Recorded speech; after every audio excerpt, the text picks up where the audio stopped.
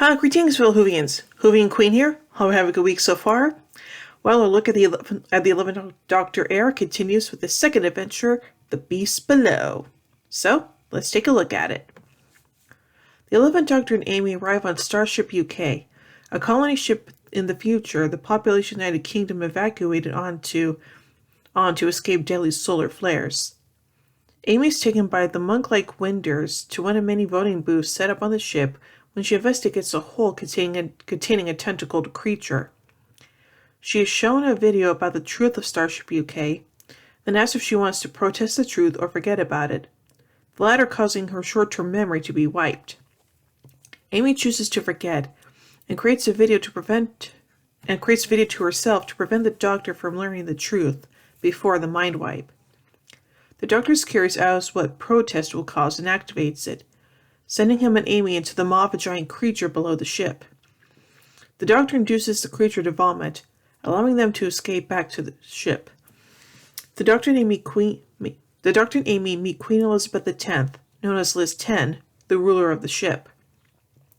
The Winders eventually capture the group, and they are taken to the Tower of London. The Doctor discovers that Starship UK rides atop a giant star whale, controlled by sending painful electrical impulses to his brain via a control panel in the tower. Liz finds a message from her younger self telling her that she ordered this, and is given the option to either forget and keep the star whale piloting the ship, or to abdicate and cause the ship's destruction.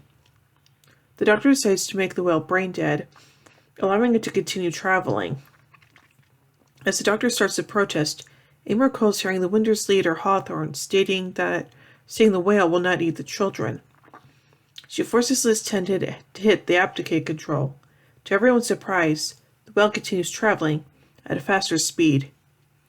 Amy posits that, like the Doctor, the whale came to Earth willingly to help save the remaining children, and is helping Starship UK. After the Doctor and Amy return to the TARDIS, they receive a call from Winston Churchill at the Captain War Rooms, where the shadow of a Dalek appears. Bum bum bum. Now let's take a look at some continuity here. It is noted that the Earth was abandoned in the 29th century due to solar flares. This was a central plot point of the classic serials The Ark in Space and the Centauran Experiment.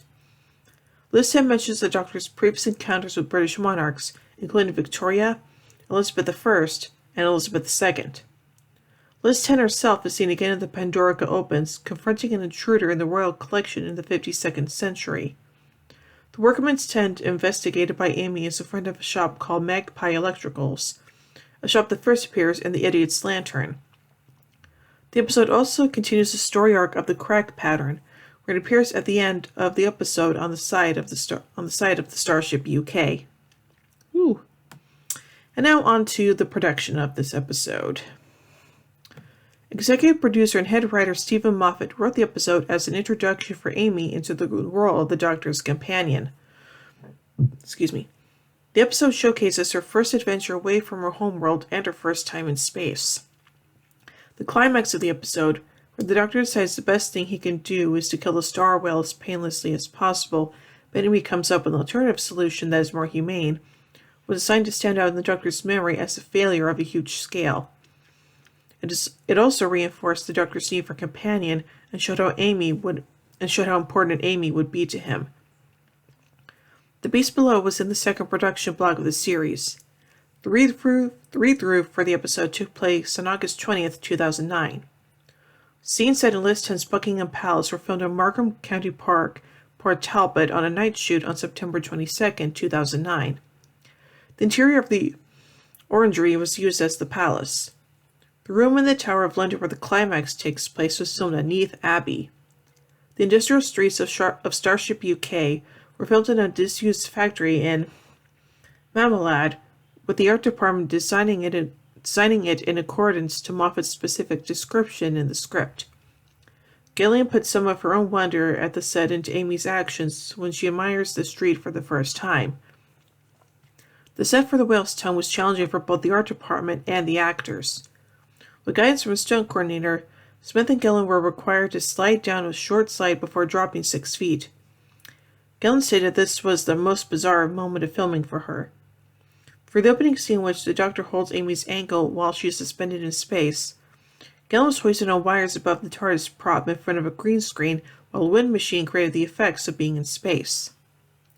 Both Sophie Okonedo and Terrence Hardiman, who play List 10 and Government Head Hawthorne respectively, have had experience in Doctor Who-related roles. Okonedo previously portrayed Alison Cheney, a companion of the alternate Ninth Doctor known as the Shalka Doctor in the online Flash animated serial Scream of the Shalka. Hardiman later voiced King Citric in the Big Finish audio play, The Book of Kells. So overall, as the first adventure for the Doctor and Amy, this one is actually pretty dang good.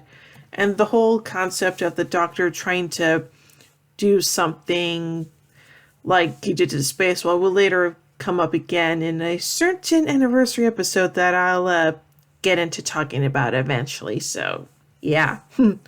So overall, I give The Beast Below 4 sonic screwdrivers out of 5. Well, tune in next time as we take a look at Victory of the Daleks.